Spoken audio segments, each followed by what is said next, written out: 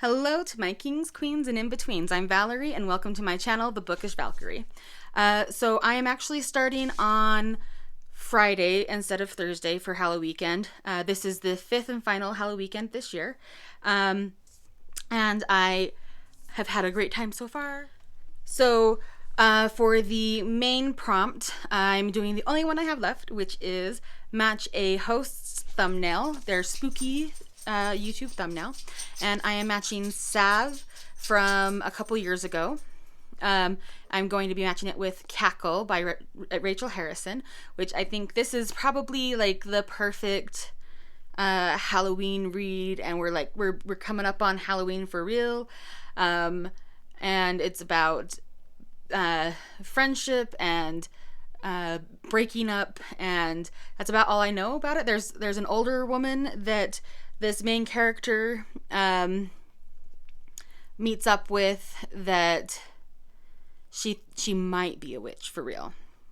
And I haven't gotten very far into it. I'm really only at the very beginning where she is at the bar with a friend who's been trying to get her to go out with her for a while, but she's finally, it's her 30th birthday, and she's just recently been through a breakup, and she's feeling very down and not okay with the world. I don't know. I think we've all been there at some point or another. Maybe about a boy, maybe about a girl, maybe about our grades, but we've all been there. I love Rachel Harrison's writing style. I think it's really propulsive, and it is definitely supposed to be a like girl friendship sort of thing.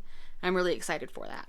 And then for the bonus prompt, I'm going with a new to me author. Again, the last prompt available. And that I'm going to be reading a graphic novel by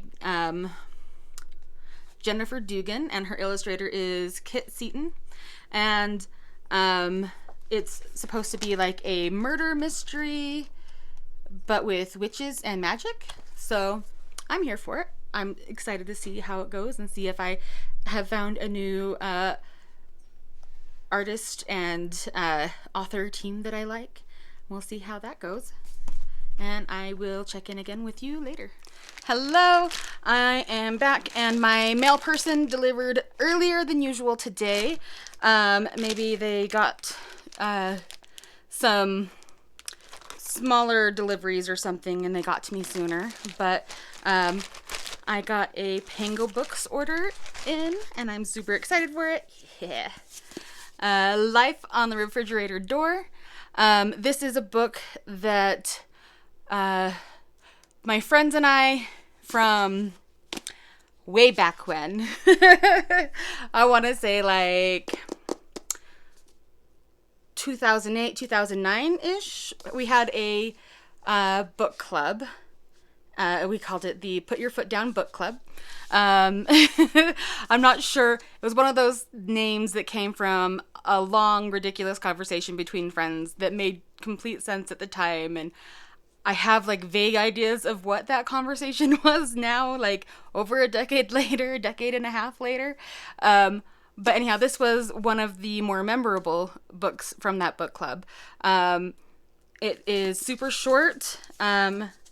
It's epistolary, so it's made up of just literally notes on the refrigerator door between a mother and daughter, and it's a super fast read. And when I read it, I was super dumb, because at the time I was working as a night custodian, supervising a bunch of teenagers with Ghostbuster vacuums. And it was one of the nights that I was staying late for a school event. And so all of the work was done, and I just needed to hang out until everyone was done and ready for me to lock up after them, set the alarm, all that jazz. And so I decided, I'll just read this. And book club was coming up, and I was not prepared. I was not prepared, because this book wrecked me. I was a sobbing mess at the end of this book. I was a sobbing mess halfway through this book. And not terribly professional. I got through the night, but like it just completely and totally wrecked me. I happened to find it on Pango for like $1.75, $1.50, something like that. And I had to have it. So I will probably be reading this sometime soon. Maybe there will be a prompt in some readathon or something for an epistolary book, and I'll pick this up for that. Or a book that wrecked you, because this one certainly did that. Anyhow, it's also a good time for a check-in.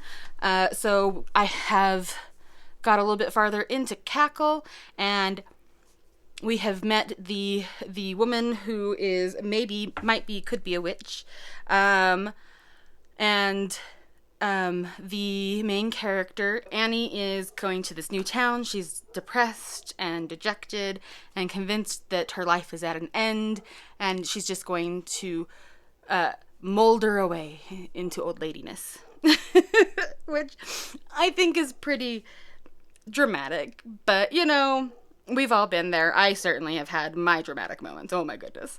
But so she is moved in, and now she's been wandering around her town, and she's kind of starting to almost feel excited because she's kind of falling in love with the town as she's driving around and taking in the sights. It's very charming and picturesque, very Hallmark small town vibes is what I'm getting from it. I'm really already enjoying it quite a bit, and that is about as far as I am.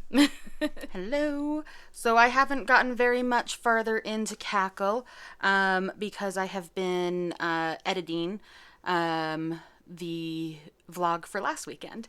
Yeah, everything got very behind, and so I'll be posting that later today and continue vlogging for this weekend. I am doing a sprint right now. It's the first sprint on Lexi's reading sprints that she's doing tonight. I missed the one this morning, and I missed all of yesterday, so this will be my first sprint of the readathon this weekend. And yeah, so I'll be right back. Hello. It is Saturday morning, and plans have changed. I was going to do my favorite fall activity, which is go run amok with my friends and read tarot cards and just generally get up to some shenanigans. But that has been canceled due to COVID. Long story short, I'm sad about it. But that means that I can go back to last week's plan, which was to make a Halloween inspired decoration or craft or something like that. I can't remember the exact way it's phrased, but my plan was to make a garland of little ghosties out of book pages, and I have saved some books that have seen better days, that dogs may or may not have gotten to when they were puppies and still learning not to chew on mommy's books. So, but I saved them because I wanted to like maybe take them in and have the spines chopped off and make like the pages into decorations and like maybe make a background for Instagram or something. I haven't done any of that yet, so why not start with the ghosties? So basically you just make a ghost template in the shape that you want all of your ghosts to be, and you draw it on, and then you use an X-Acto knife to go through and cut them out. And then you glue them to some twine, and you've got yourself a ghosty garland. So I will be showing you that in a little bit. I'll probably do that in the next clip, and I can also listen to Kaale while I do that. So yay for multitasking. Multitasking? Multitasking. Multipass.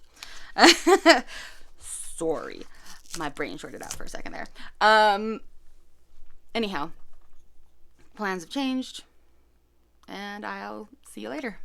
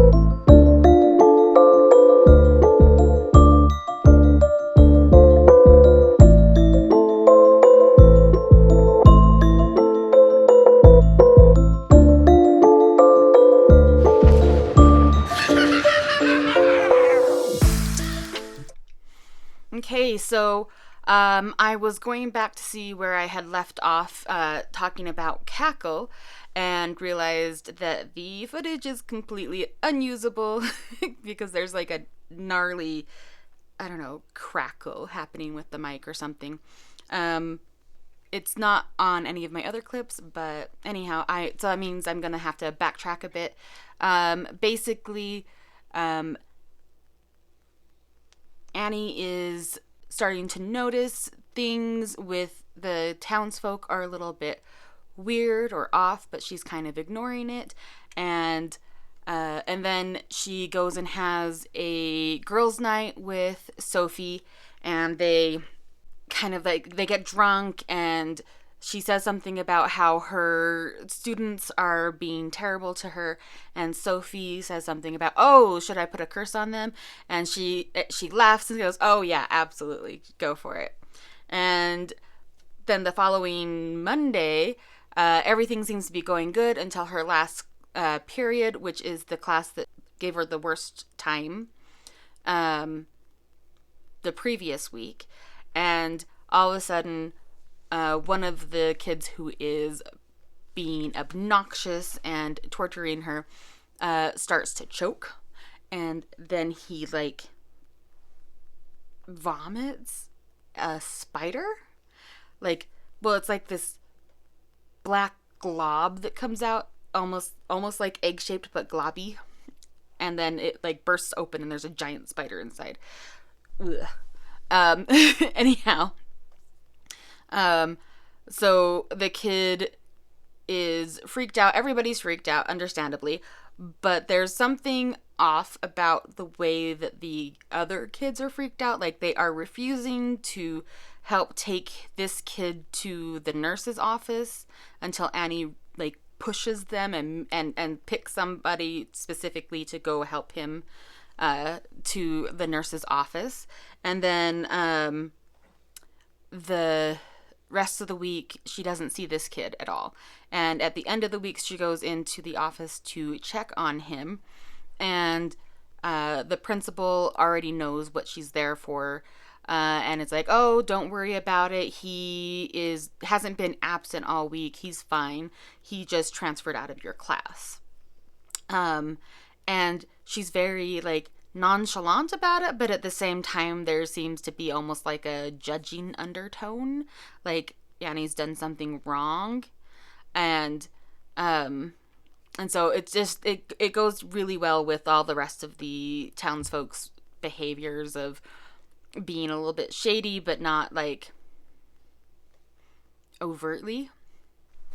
And so then she goes and on her way home, she remembers that she's supposed to be meeting with Sophie today, and Sophie's already there at her house, and that's where they end up having a conversation,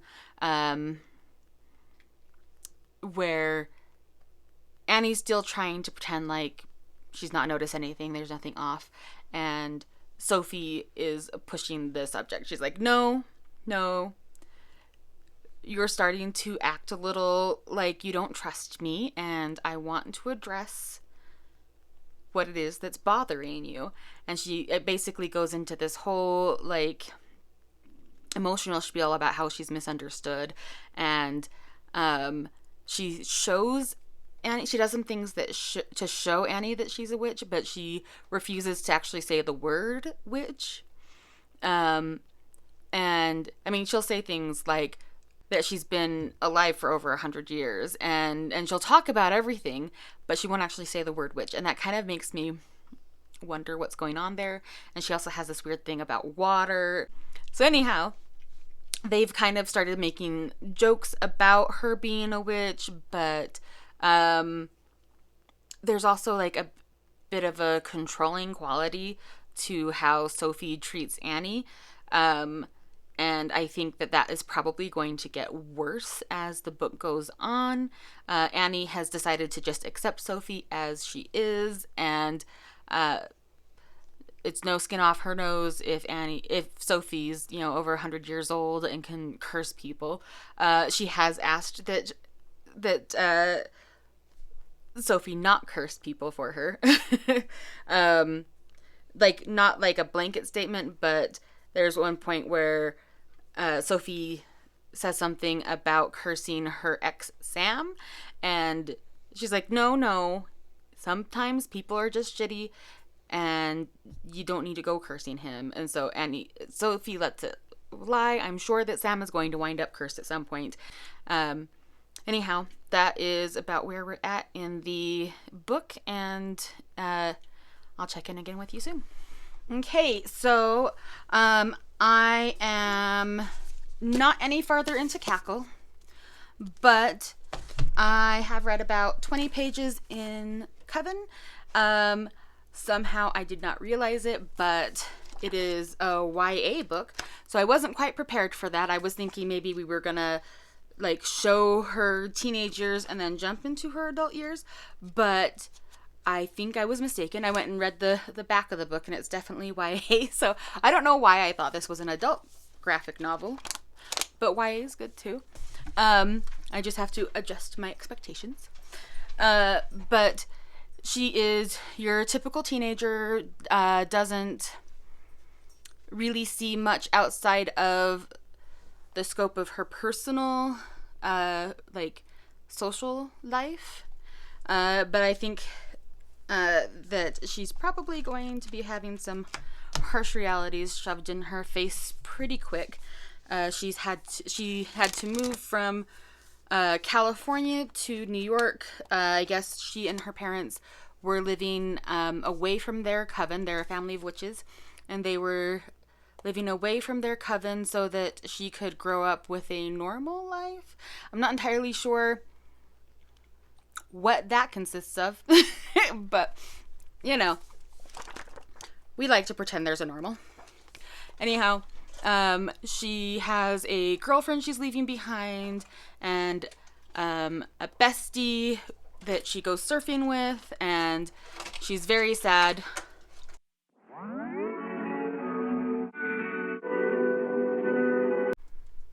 So she is very sad that she's having to leave everybody and everything she knows, and I get that. That's hard, especially when you're a teenager.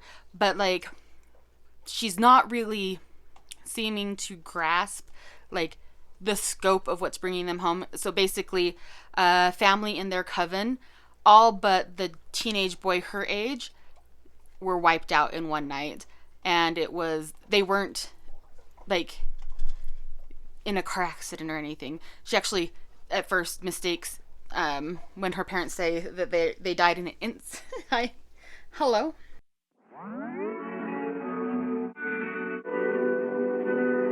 Her parents tell her that the family died in an incident back home, and she thinks that means car accident, and they correct her, like, no, they were killed by something not human, and it's not safe for us to be away from the coven when stuff like this is happening. And she's still being petulant and just absolutely convinced that her parents are overreacting. And yeah, I'm pretty sure she's going to be getting that reality check pretty soon. But yeah, first 20 pages in Coven, and I will check in with you guys later. So more plans have changed, and I am going over to the neighbor's house to play a game. I think it's called Blood on the Tower or something like that. Blood on something. But it's supposed to be like that werewolf game that you play at parties. So anyhow, that is my new plans for the night, and I will check back in with you guys later. Hello, it is Sunday, and I am seeking a quick check-in since this Halloweekend is going through till Tuesday. I'm taking it a little bit easy on how quickly I'm reading the books and getting some of my usual holiday traditions in. We watch as many of our favorite old Halloween movies as we can, and today we are watching Sleepy Hollow. It's playing right now, and I'm just in the kitchen making popcorn. So I'll check in again soon. Hello, I figured I needed to do another check-in. It is late on Sunday night. It's just been a movie marathon all day. We are about to finish a Scream rewatch.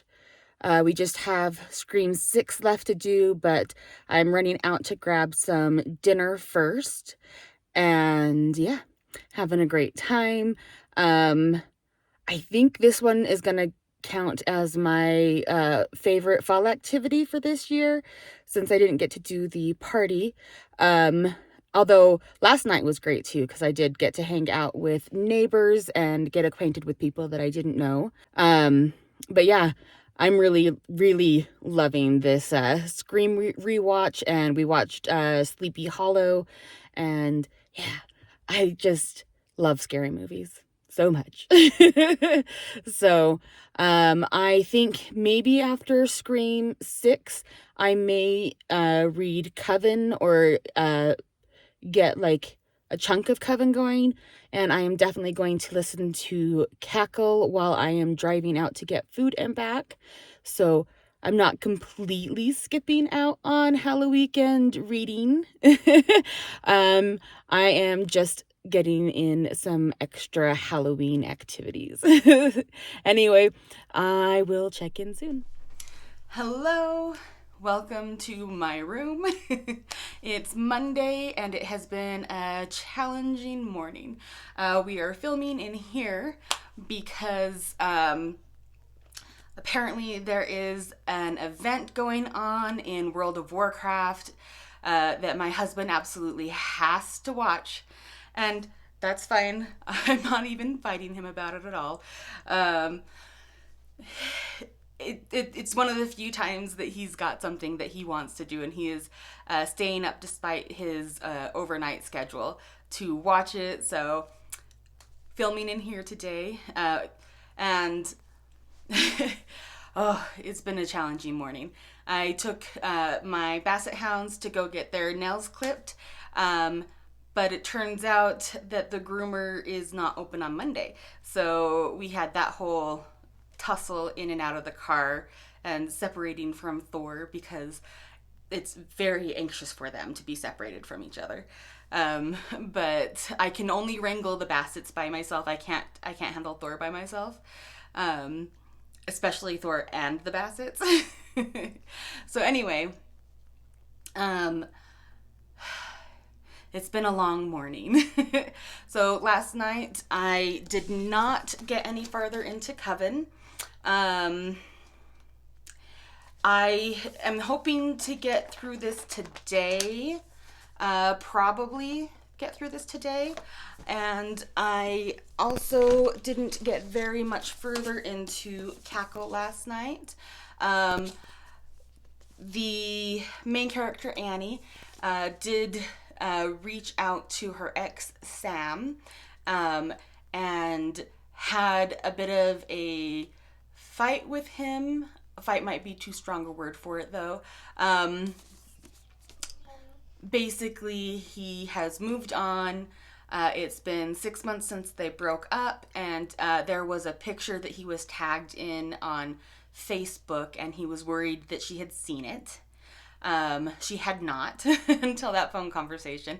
And then she did a bit of an emotional spiral. And while she was talking with Sam, there was like a little spider. And I guess the spiders are kind of like spies for Sophie. They tell her what's up. Because right about the time that she got off the phone with Sam, Sophie just appears, and she's having a tired night because of the new moon and Mercury in retrograde. And so Sophie gives Annie a tea that's got some special mushrooms in it and some other like flowers and herbs and things. And Annie has a real bad trip. Like she starts out feeling amazing and great, but then she ends up having a really bad trip, and she feels horrible the next day.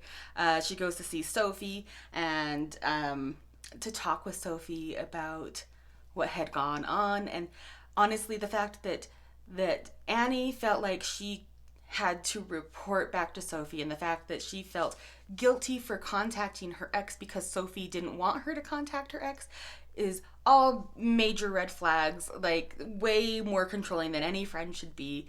And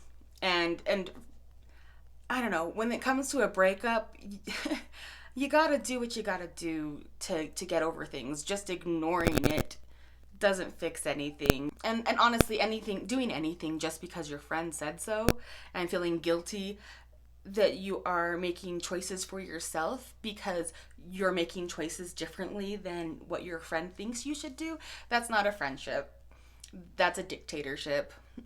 And so, like, I don't know where I want this to go.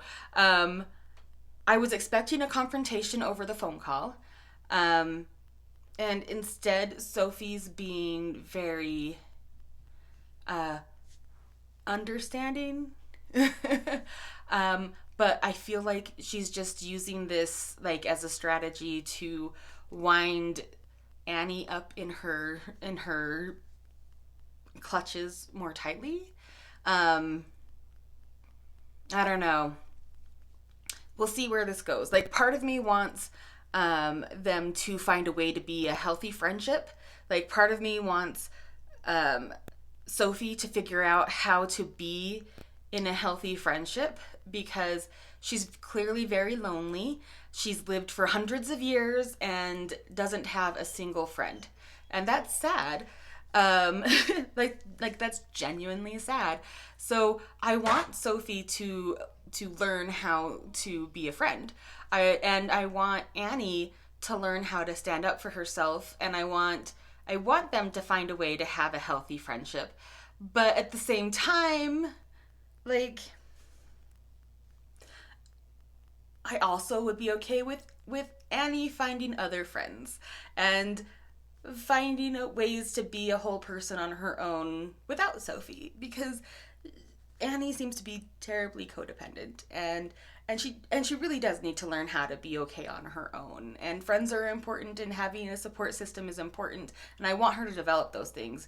And whether or not the friendship works out between her and Sophie, she definitely needs an outside support system that isn't just Sophie, because getting so wrapped up in one person is just not healthy. There need to be boundaries. There needs to be balance. Yeah. Anyhow, I'm ranting. I'm going to continue reading Kaale, and I am going to get farther into Coven, and I'll check back in with you later.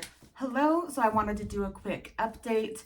Hopefully the sound is a bit better. I'm using my earpiece and hoping that I don't get as much echo, or at least get better quality from how I sound on the video. Anyway, so I am a little over halfway into Coven now. Got about 100 pages left. Things are starting to get a little more risky. So this kid, Ben, in her Coven is the only member of his family remaining. His family are the ones who died that brought MZ and her family back into the picture.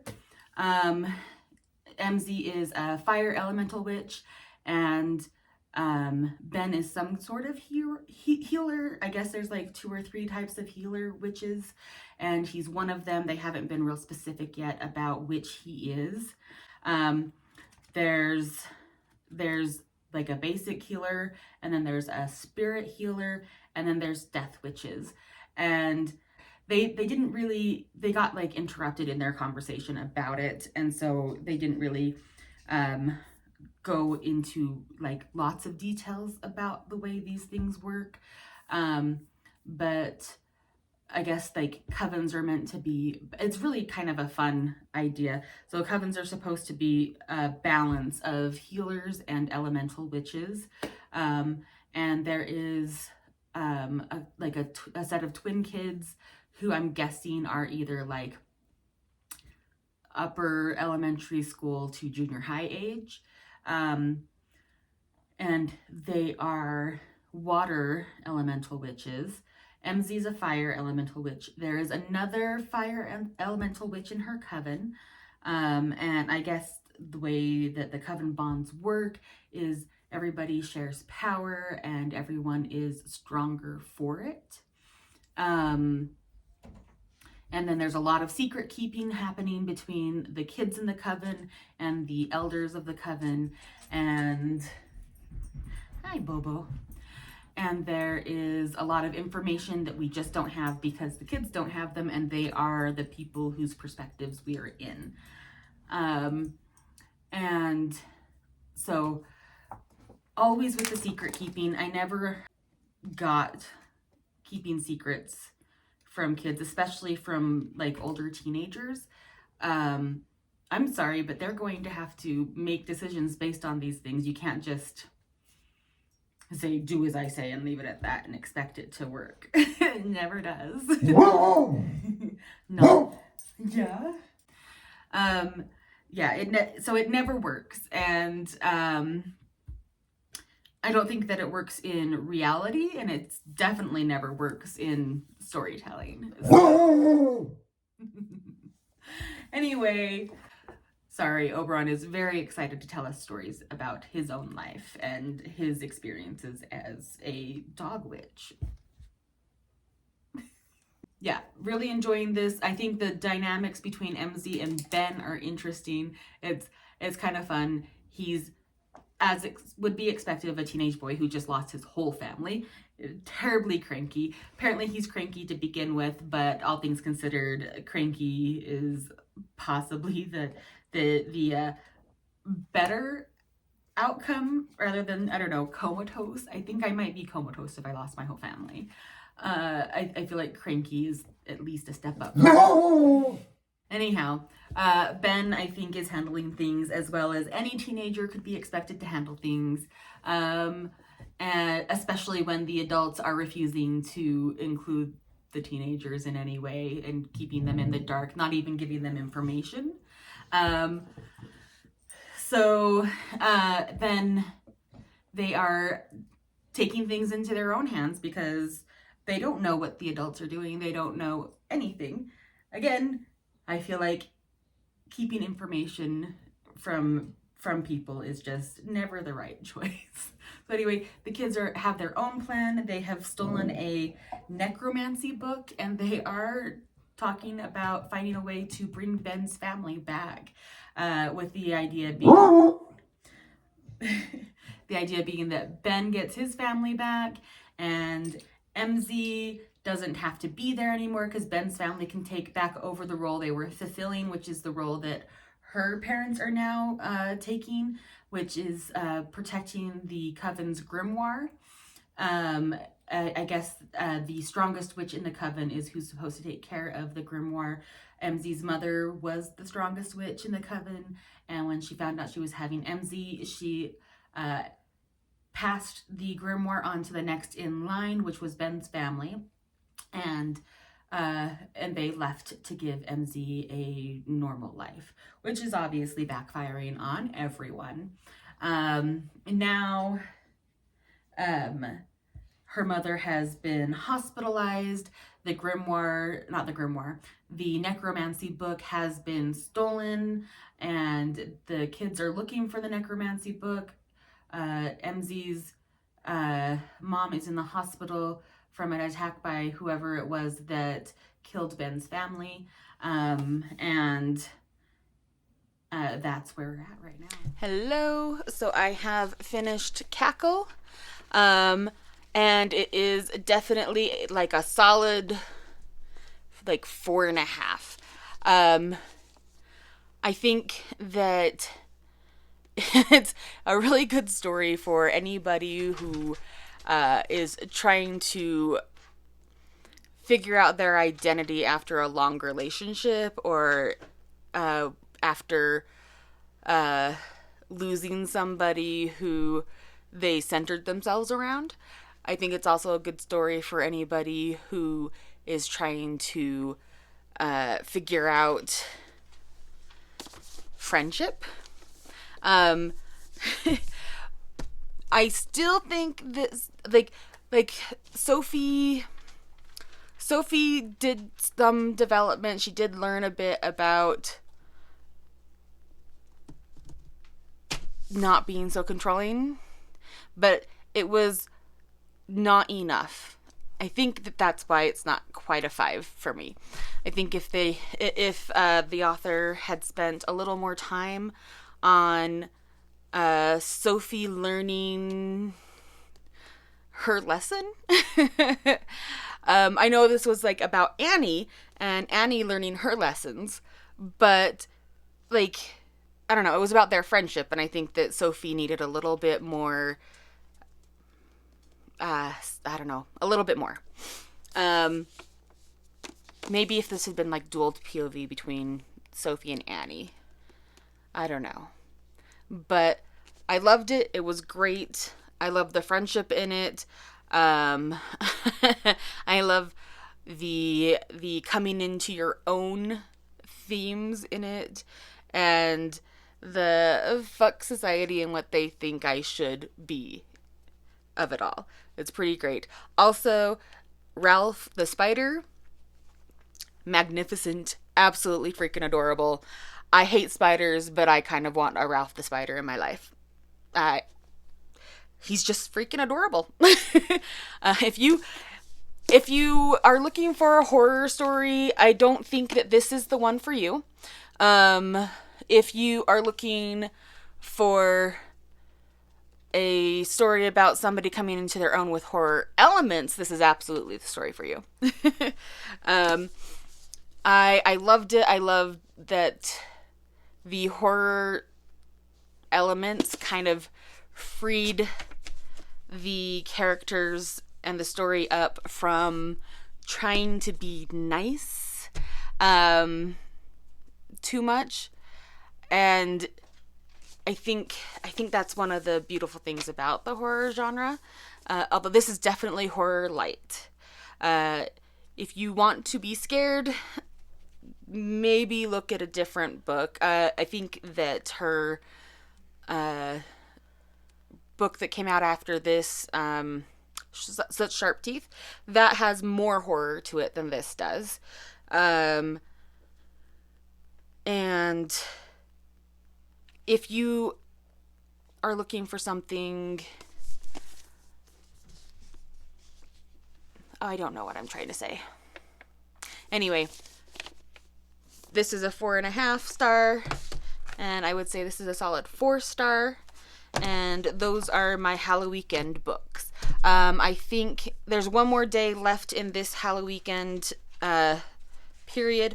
Although it's a stretch calling it Halloweekend since it's going from Friday to Tuesday. I'm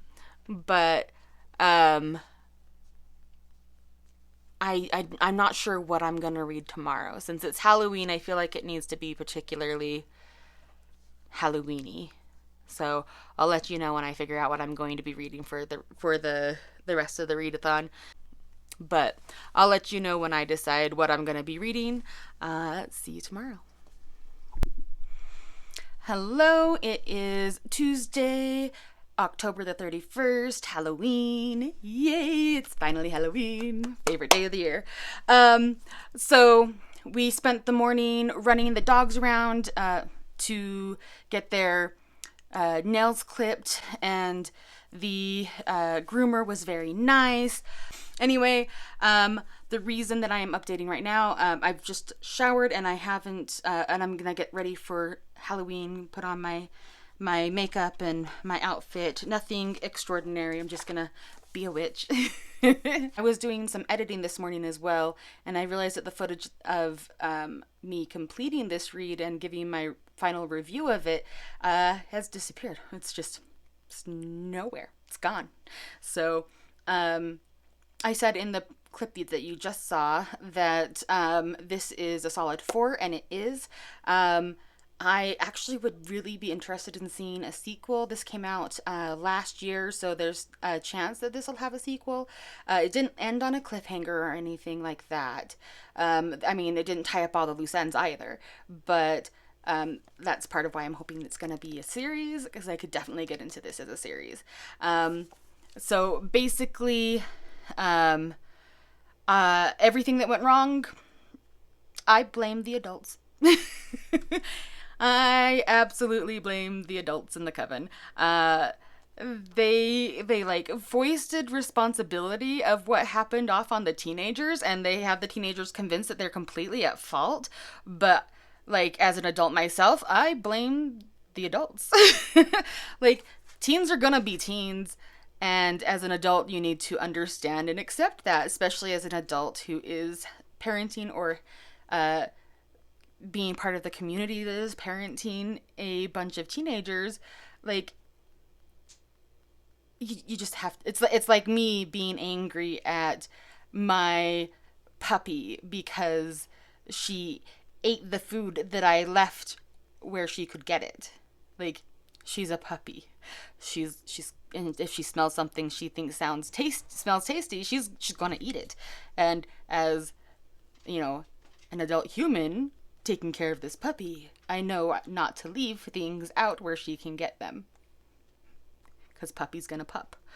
Anyway, that's probably more than enough of a diatribe. Basically, I really enjoyed it. I think that the twist for who the bad guy was fun. I'm a little surprised at who it was, and then not surprised. I mean, it wasn't surprising once, like, it happened, but I did not see it coming, if that makes sense. And I'm actually really interested in seeing where that could go. That's one of the major, that's like the major storyline that wasn't completely tied up, is what's going to happen with the bad guy. And I think that that's super interesting. And the way that they hinted at what was going on, I was thinking one thing was happening when really it was another.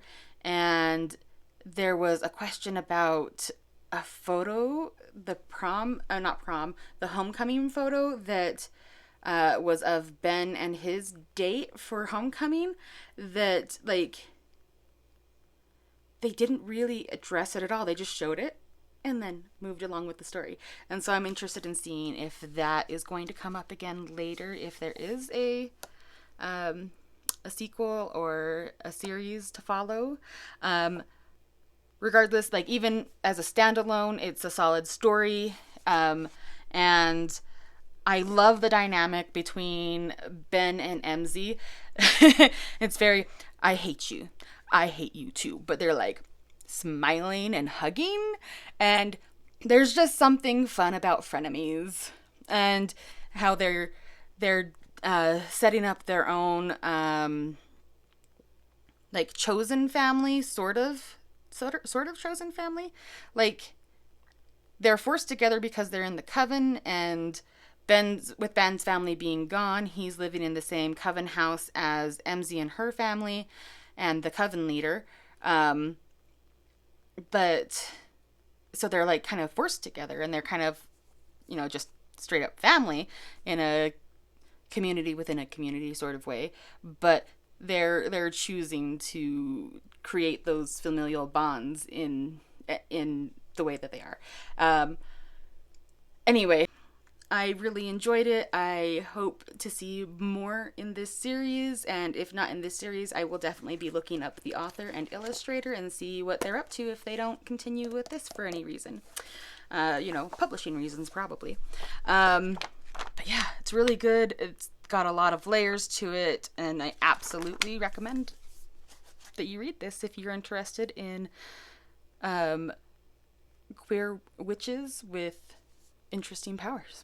And it's a very Halloween-y, like, it takes place during like the homecoming season, so like August, September, but it definitely has a very Halloween-y feel.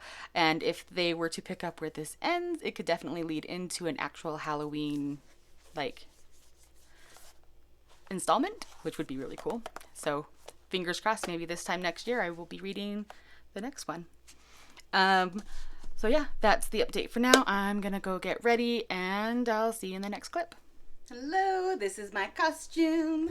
Happy Halloween. So, I am all done up and ready to go about my day. I have a few, let me get rid of this. I have a few errands I need to run, and then I just need to be ready for the trick-or-treaters to come and gather their candy. And I think what I'm going to end up doing so far as reading goes is I'm going to go the graphic novel route. I remembered that I still haven't read the second volume of not Her Little Reapers, that's the first volume. The second volume of The Night Eaters.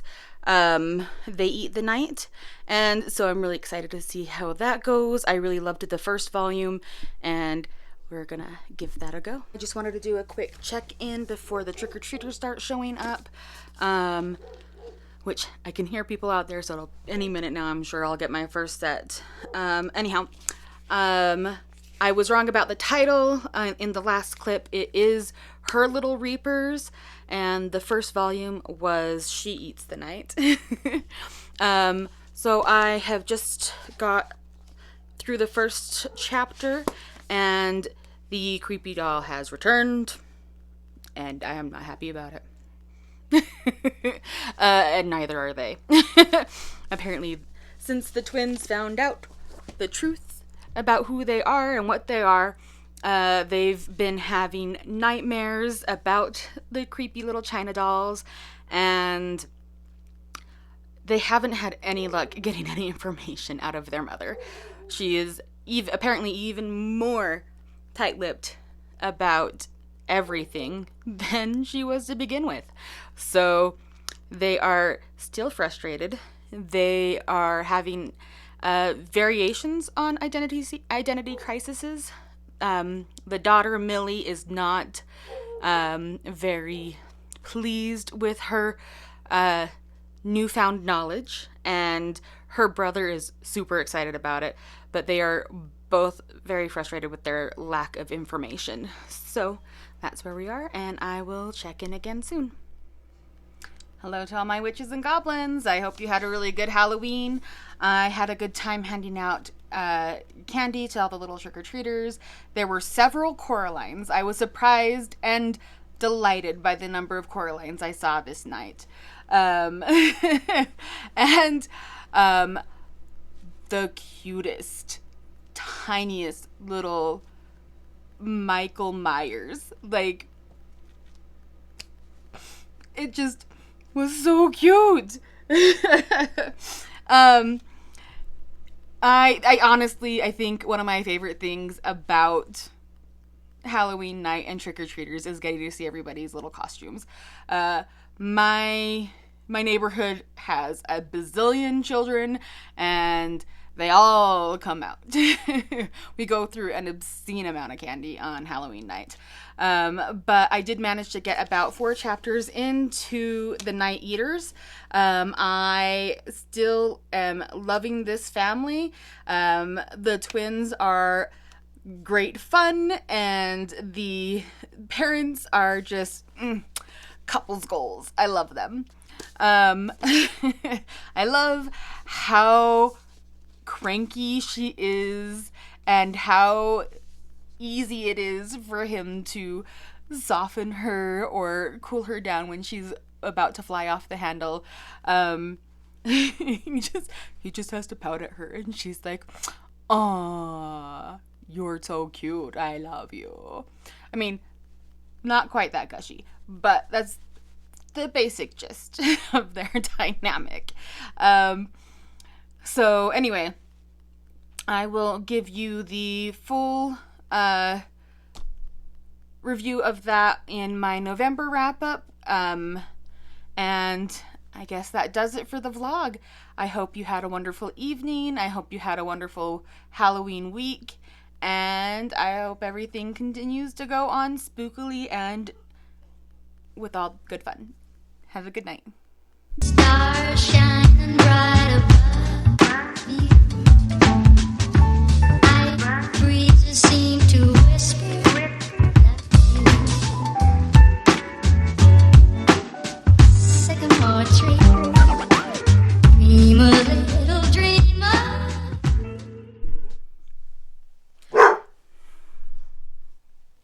done?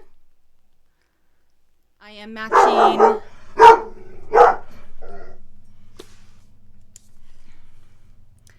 And I am matching...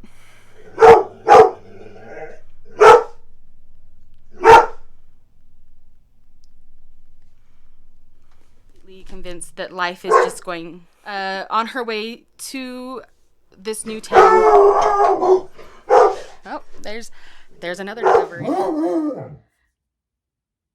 Yeah. Oh. Well, come here.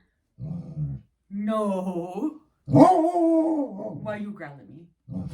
No, you.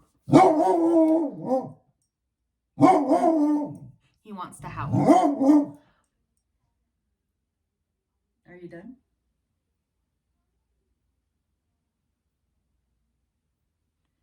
He might be done. He's not done. Okay, come here.